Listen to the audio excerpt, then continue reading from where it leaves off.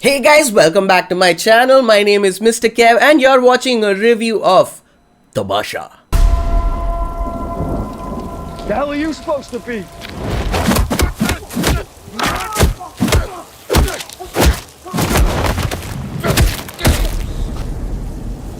I'm vengeance. The Batman.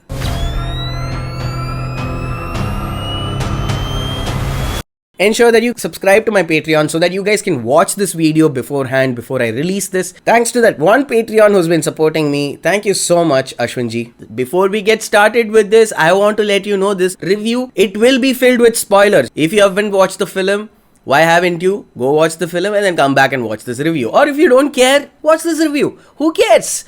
I don't care. This is the movie that I think Hollywood realized. The only way to go is the South Indian masala flick. And nobody better to do the masala flick than the one and only our superstar Rajinikanth. I'll tell you why. You know what the biggest message of this film is? Orphans. You know who's portrayed orphans really well? Rajinikanth. I kid you not, there was this period in the 90s where all he was an orphan and he discovers his heredity, like his family tree and whatnot. That is exactly what this movie is about. Hey, listen, I'll give you another example of why I feel this is a Rajinikanth film. You will anticipate Batman walking in and you hear the footsteps. Who does that remind you of? He walks in and you're like, oh yes.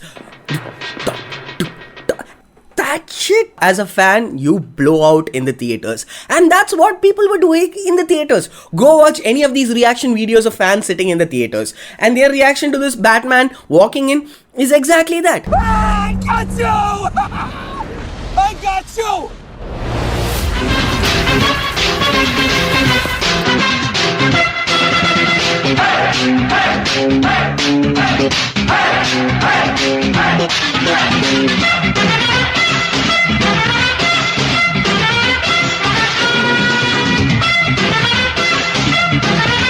It's the same thing. We are finally seeing Hollywood copying Indian films.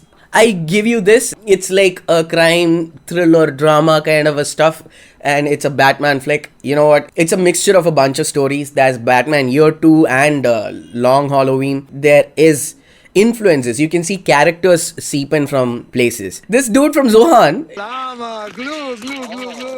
is the dude acting as Falcone and is brilliant. There is this one scene where Falcone recollects how Bruce and Falcone met. That is an actual important storyline on the Long Halloween story. I wish they had depicted it. I understand. A lot of pieces revolve around Bruce Wayne, but if the story was more like Long Halloween, then it's a different thing. It isn't. This dude who plays Riddler, brilliant. He was amazing. You would have seen him and I would have seen him in The Girl Next Door. If you haven't watched that film, go watch that film. You can't believe these are the actors who are acting. I mean, who would have imagined the dude who played the Twilight guy, who's always sulking and he's like the most creepiest of white people stalker, only next to the guy from You. And Warner Bros have pulled off making people act in recent times, okay? That's including these people that I mentioned and also John Cena. If you haven't watched Peacemaker, go watch Peacemaker because it's such an impressive show.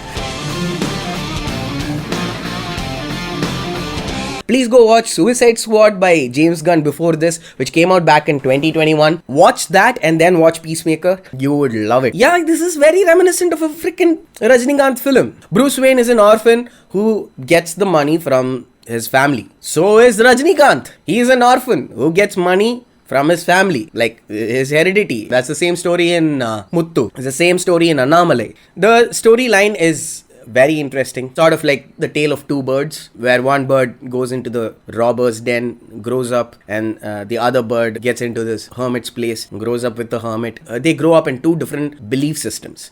It keeps you hooked. Zoe Kravitz's role as Catwoman is brilliant. Selina Kyle, Catwoman, she is amazing in this film. Unbelievable. I can't believe that I forgot to mention Zoe Kravitz in the movie.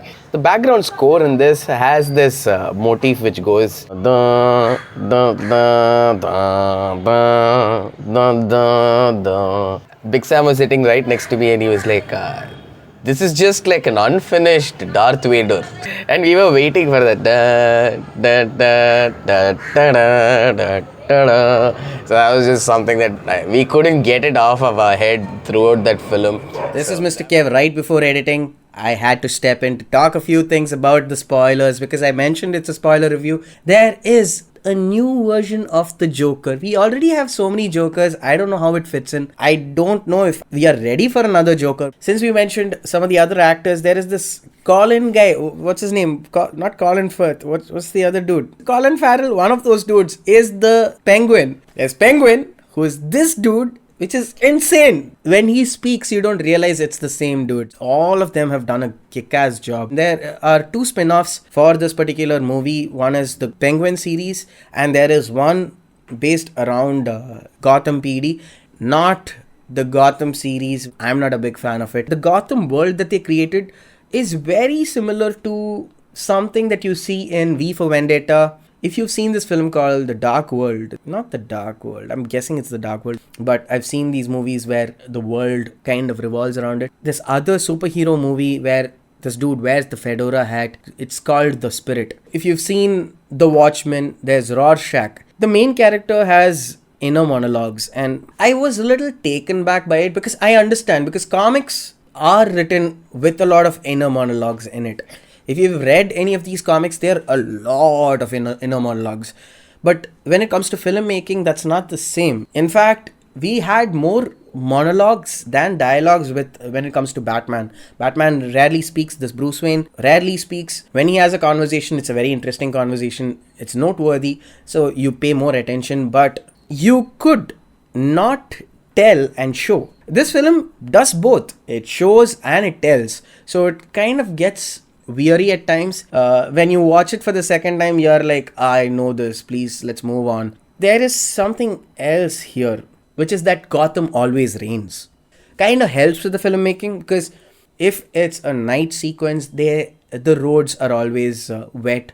They ensure that the place is a little watered, because the light reflections create a little more light. It lights up the space, hence the choice of Gotham always raining. But it's been depicted even in comics and even in the Arkham Asylum games. So it's something that sticks out. You watch the film, most of it is in dark. Even if they are shooting day sequences, it's somewhere indoors, so it feels dark. The Arkham Asylum games Joker is what this film probably is trying to take on. I don't know how well it'll work. Now back to superhero Mr. Kev. You could chop off 20 minutes, and that is true. But then again, that's the mass appeal. That's the thing straight out of freaking Rajinikanth films. They are mimicking what we did in South India back in the days. You waited for the superstar. You still do that. Go watch Pushpa. The number of freaking superhero kind of shots in that, slow motion shots, the hero-giri shots, like the length of that film is the same. They just add murder, thriller, mystery kind of a thing around it.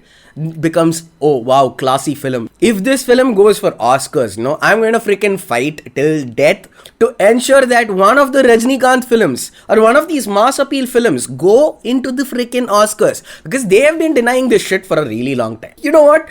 Rajinikanth has more style than Batman. I'm sorry, I have to tell you guys this. See, I love this film. I enjoyed this film, but there is something that I cannot get out of my head, okay?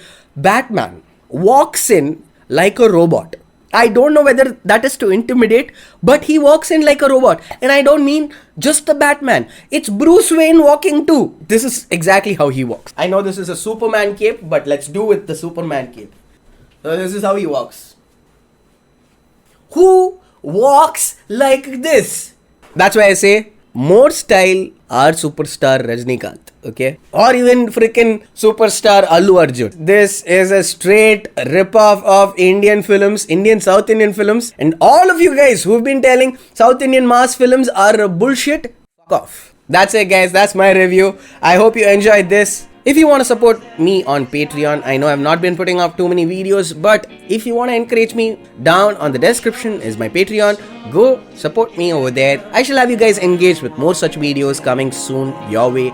Thank you for watching. I'll see you soon. Bye-bye.